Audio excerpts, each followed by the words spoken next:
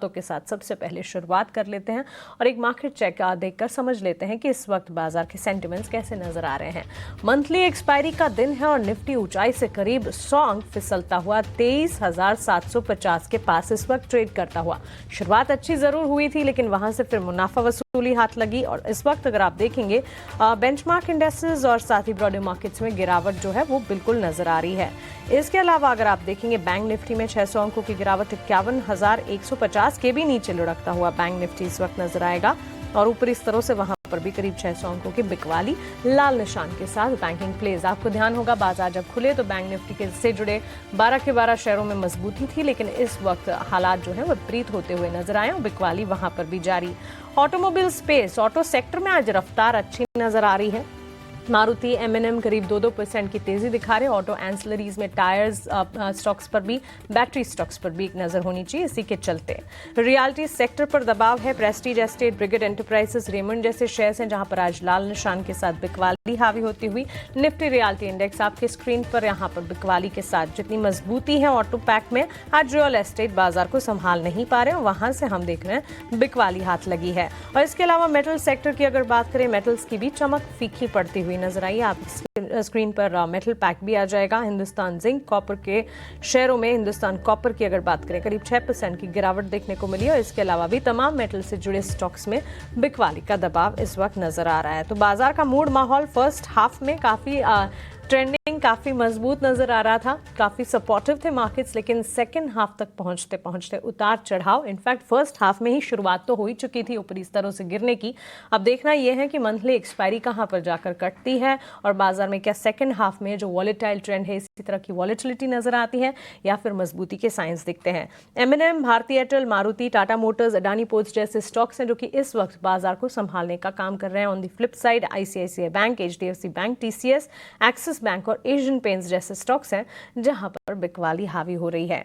हमारे market expert को हमारे साथ जुड़ेंगे गौरांग शाह होंगे हमारे साथ, उनसे बाजार पर उनका फंडामेंटल नजरिया भी जानेंगे, लेकिन उससे पहले मेरे सहयोगी रविंदर मेरे साथ जुड़ गए हैं, उनसे भी एक बार बातचीत करते हैं। Gaurang sir, good afternoon. आपके पास मैं आती हूँ रविंदर से मिड मार्केट एक्शन लेने के बाद।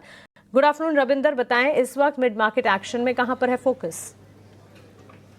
जी गुड आफ्टरनून। तो सबसे पहले हम बात करेंगे निफ्टी की, जहाँ पे निफ्टी में हमें जो है मॉर्निंग में जो तेज़ी देखने को मिल रही थी वो कहीं ना कहीं अभी फीकी होती जा रही है, जहाँ पर डेज हाई से जो है 100 पॉइंट से ज़्यादा की गिरावट देखने को मिल रही है और निफ्टी फ्लैट ट्रेड कर रहा है। निफ्टी जो है 200 DMA के नीचे ट्रेड कर रहा है।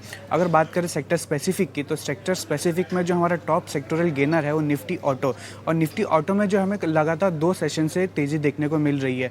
अगर बात करें निफ्टी ऑटो के टॉप गेनर्स की, तो जिसमें पहला नाम है मारुति सुजुकी M&M, जिसमें 1% के आसपास की तेज़ी देखने को मिल रही है। इसी के साथ साथ टाटा मोटर्स में भी हमें जो है 1% के आसपास की तेज़ी देखने को मिल रही है। अगर बात करें टॉप सेक्टर लूजर्स की, तो टॉप सेक्टर लूजर्स में जो सेक्टर है वो निफ्टी रियल्टी।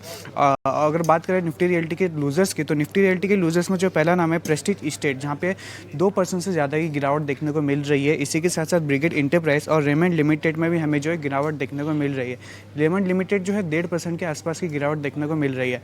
अब बात करें स्टॉक स्पेसिफिक की, तो स्टॉक स्पेसिफिक में बात करें टॉप वॉल्यूम वजर्स की, जिसमें ज़्यादा वॉल्यूम देखने को मिल रहा है, तो उसमें पहला नाम से कमिंस इंडिया, जिसमें हमें जो है 5% से ज़्यादा की गिरावट देखने को मिल रही है। इसी के साथ साथ बंधन बैंक में भी जो हमें 3% के आसपास की गिरावट देखने को मिल रही है। मैक्सिमम नॉक में जो है हमें 1% के आसपास की तेज़ी देखने को मिल रही है। अगर बात करें टॉप डिलीवरी वाले स्टॉक्स की, तो उसमें जो पहला नाम निकल कर आ रहा है उसमें ओरेकल फाइनेंशियल सर्विसेज, जिसमें जो है 1.5% के आसपास की गिरावट देखने को मिल रही है। इसी के साथ साथ आदित्य बिरला रियल एस्टेट और जिंदाल स्टेनलेस में भी हमें जो गिरावट देखने को मिल रही है। ओके रविंदर, बहुत शुक्रिया मिड मार्केट एक्शन हमें बताने के लिए। तो बिल्कुल हम देख रहे हैं फ्लैट काम का जिस वक्त मार्केट में टुवर्ड्स डाउन साइड इनफैक्ट ज़्यादा हावी होते हुए बाजार नजर आ रहे हैं। आइए हमारे फंडामेंटल एक्सपर्ट को हमारे साथ जोड़ते हैं और उनसे समझते हैं कि बाजार की इस चाल को कैसे समझना चाहिए। गौरांग सर, शुक्रिया अपना समय देने के लिए। Good afternoon to you. और सबसे पहले तो बाजार में हमने शुरुआत जैसी देखी, लगा था कि चलिए मंथली एक्सपायरी के दिन एक्शन नजर आएगा। हालांकि ये कहना सही नहीं होगा क्योंकि ग्लोबल मार्केट से तो ट्रिगर पॉइंट्स है नहीं भारतीय बाजार के लिए, अपने दम पर ही हमें खड़े रहना है। आपके हिसाब से कैसे देख रहे हैं मार्केट? कह सकते हैं इन दी लास्ट लेग, अभी दिसंबर के कुछ ही सेशंस बाकी हैं, उसके बाद नए साल में प्रवेश करेंगे हम। बहुत बहुत धन्यवाद मानसी जी, आपका 18 स्वदेश के दर्शकों को और आपको सादर प्रणाम हमारे तरफ से और शुभ दिन। तो वो सैंटा ने भी निराश किया इस बारी मानसी जी। वो रैली जो हम उम्मीद कर रहे थे वो हमें तोहफे के तौर पर मिली नहीं है सैंटा से। बहरहाल मेरे ख्याल से जिस प्रकार का माहौल है बाजार में, और मैं अक्सर आपके साथ बात करते हुए और आपके सहयोगी को एक साथ बात करते हुए मैंने एक चीज हमेशा बताई है कि इंडिया विक्स अगर आप आज भी नजर डाले मानसी, तो वो करीबन 14 के आसपास था जब मेरी नजर पिछली बारी पड़ी थी। और ये लगातार परेशान कर रहा है बाजार को, क्योंकि यहाँ पर आप उतार चढ़ाव हर एक दिन करीबन 5 से 6% के आसपास के उतार चढ़ाव देखते हैं। 13 से नीचे जाने का नाम नहीं ले रहा है, जहां पर आपको थोड़ा बहुत महफूज होने का अनुभव हो। अगर ये जाता है 12.5 या 12 के आसपास, तो मेरे ख्याल से जो उठापटक है वो थोड़ी बहुत कम हो सकती है। लेकिन आज का दिन गुरुवार, आखिरी गुरुवार महीने का, और महीने की एफएनओ की एक्सपायरी आज, मेरे ख्याल से जो जो भी आज का सत्र, कल का और फिर सोमवार और मंगलवार का जो सत्र है वो इस साल का निकल जाए और हम नए साल की शुरुआत और एक उत्साह के साथ करें, ये ज्यादा अनिवार्य होगा। आज के तारीख में अगर आप हमें पूछे तो आखिर के 1 घंटे में या पौने घंटे में जो रोल ओवर्स होंगे मानसी, दिसंबर 2024 से जनवरी 2025 में, वो देखना बहुत अनिवार्य होगा, क्योंकि वो फिर आपको थोड़े बहुत संकेत देते हैं कि रोल ओवर्स अगर लॉन्ग साइड पे होते हैं तो शायद जनवरी का महीना आपको उत्साह भरा होगा। लेकिन ज्यादा उम्मीद रखना, अब जो कि 3.5 दिन बचे हैं कामकाज के, मैं बात कर रहा हूँ शेयर बाजार को लेकर के, तो उसमें ज्यादा उम्मीद नहीं रखनी चाहिए। मेरे ख्याल से हम थोड़ा बहुत संभल सके अपने आप को 23,700 के ऊपर और 23,800 के करीब या उसके ऊपर जाकर के बंद की अगर संभावना होती है, तो फिर शायद अगले हफ्ते कुछ सकारात्मक संकेत मिल सकते हैं। लेकिन ज्यादा उम्मीद कम से कम मुझे तो नहीं है कि बाकी के जो कुछ दिन बचे हैं उसमें आपको ज्यादा ऊपर के तरफ का, नीचे का दायरा न दिखने वाले मिले, बस यही प्रार्थना है प्रभु से।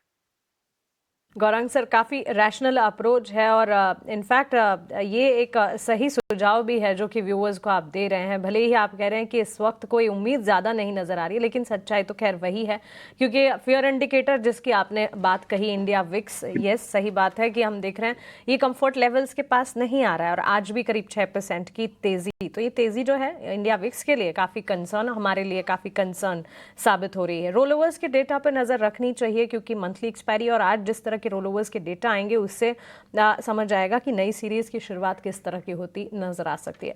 गौरांग सर, सेक्टर स्पेसिफिक बाजार पर एक टेक आपसे जानना जरूर चाहूंगी, क्योंकि इस वक्त अगर आप देखें ऑटो, एनर्जी और कुछ हद तक का पीएसयू बैंक स्पेस है जहां पर हम देख रहे हैं कि सपोर्ट है, मजबूती के साइंस नजर आ रहे हैं। इनफैक्ट आज तो सेक्टर ऑफ द डे इस वक्त ऑटो को ही कहना चाहिए। इसके सामने pharma, IT, FMCG, metal, real estate very surprisingly आज परफॉर्म नहीं कर पा रहा है। सो जो डिफेंसिव्स थे वो आज बैक सीट पर बैठे हैं और इस वक्त ऑटो स्पेस है जो कि परफॉर्म कर रहा है। किस तरह से देखना है सेक्टर स्पेसिफिक बाजार को? बहुत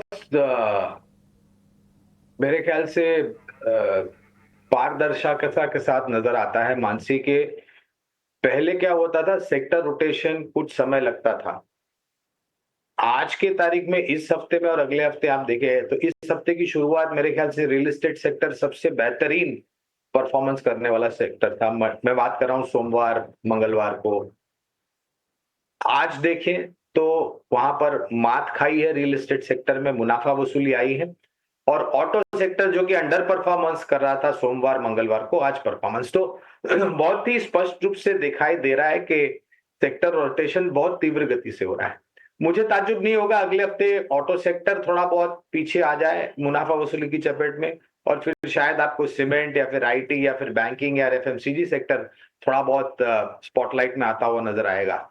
और ये मेरे ख्याल से बहुत रोमांचक बात है, क्योंकि अक्सर दिसंबर का महीना ऐसा होता है मानसी जहां पर इन्वेंट्रीज क्लियर करने के लिए सभी कंपनियां 2 wheeler, 3 wheeler, 4 wheeler, commercial vehicles discounts offer करती हैं। लेकिन आज दिसंबर की हम आखिरी तारीख के करीब आ गए और ये सेक्टर परफॉर्म कर रहा है, तो स्पष्ट रूप से नजर आता है कि सेक्टर रोटेशन हो रहा है और ये शायद आने वाले कुछ 2-3 दिनों तक जारी रहेगा, जब तक हमें अलविदा नहीं कह देते हैं 2024 को और स्वागत नहीं कर देते हैं 2025 का। बिल्कुल बिल्कुल सही कहा आपने गौरांग सर। इनफैक्ट ये राइट सेक्टर रोटेशन काफ़ी हो रहा है और इस सेक्टर रोटेशन को ध्यान में रखते हुए बिल्कुल रिसर्च और सही मायने में एक्सपर्ट्स का नज़रिया, उनकी राय समझ कर ही इस वक्त मार्केट में कोई भी पोजीशन लेनी चाहिए। ये सबसे बड़ी एडवाइस है हमारे एक्सपर्ट्स की तरफ से। गौरांग सर, आपका शुक्रिया हमारे साथ जुड़ने के लिए, सवालों के जवाब देने के लिए और बाजार पर अपना नज़रिया हमारे सामने रखने के लिए।